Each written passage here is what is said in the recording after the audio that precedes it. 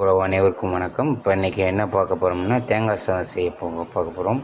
First என்ன போடுறேன்னு கேட்டிங்கனாக்கா உளுந்தம்பருப்பு போடணும். உளுந்தம்பருப்பு நல்லா கொஞ்சம் கலராக வரட்டும்.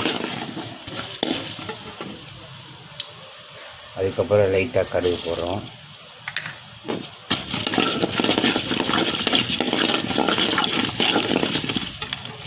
கடுகு நல்லா பொரியணும்.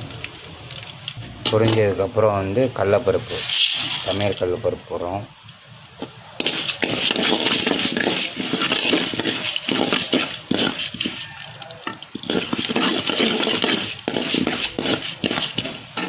நல்லா கலர் வந்துடுச்சு. அதுக்கப்புறம் முந்திரி, முழு முந்திரி இருந்தால் போடலாம், இல்லை குருணை புடைச்சி இருந்தால் போடலாம். அதுவும் போட்டாச்சு.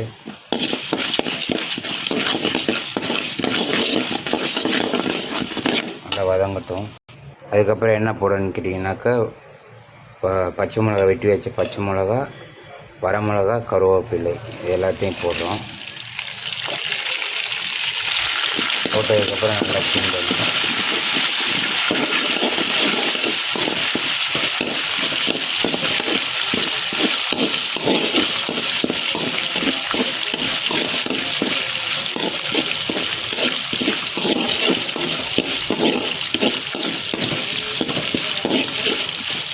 நல்லா வதங்கட்டும்.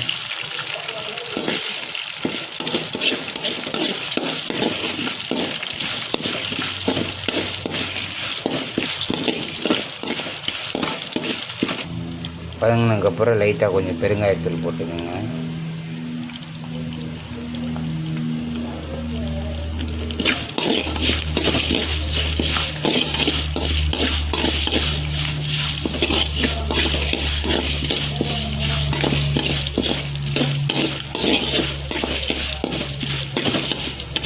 ஈஸியாக வேலை முடியும்.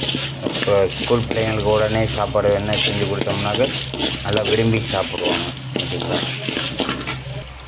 நம்ம இது அரைச்சி திருகி வச்சுருக்கோம்ல தேங்காய் பூ, அதை போட்டுக்கணும். அதை போட்டு நல்லா கிண்டணும்.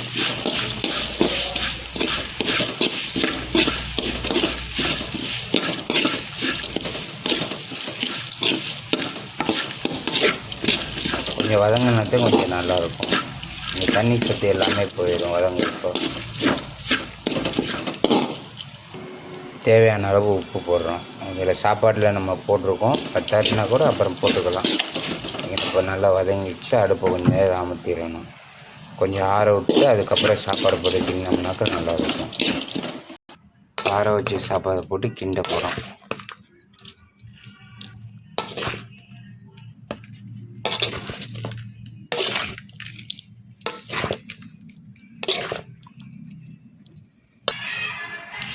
தேங்காய் சாதம் ரெடி ஆயிடுச்சு. இதுக்கப்புறம் என்ன போடணும்னு கேட்டிங்கனாக்கா கொத்தமல்லி தழை வெட்டி வச்சுருக்கோம் பாருங்கள். அதை போட்டால் பார்க்குறதுக்கு நல்லா சூப்பராகவும் இருக்கும், டேஸ்ட்டாகவும் இருக்கும். ஓகேங்களா? செஞ்சு பார்த்துட்டு சாப்பிட்டு எப்படி இருக்குன்னு சொல்லுங்கள். நம்ம சேனல் பிடிச்சிருந்தால் லைக் பண்ணுங்கள், ஷேர் பண்ணுங்கள், கமெண்ட் பண்ணுங்கள். நன்றி, வணக்கம் உறவுகளே.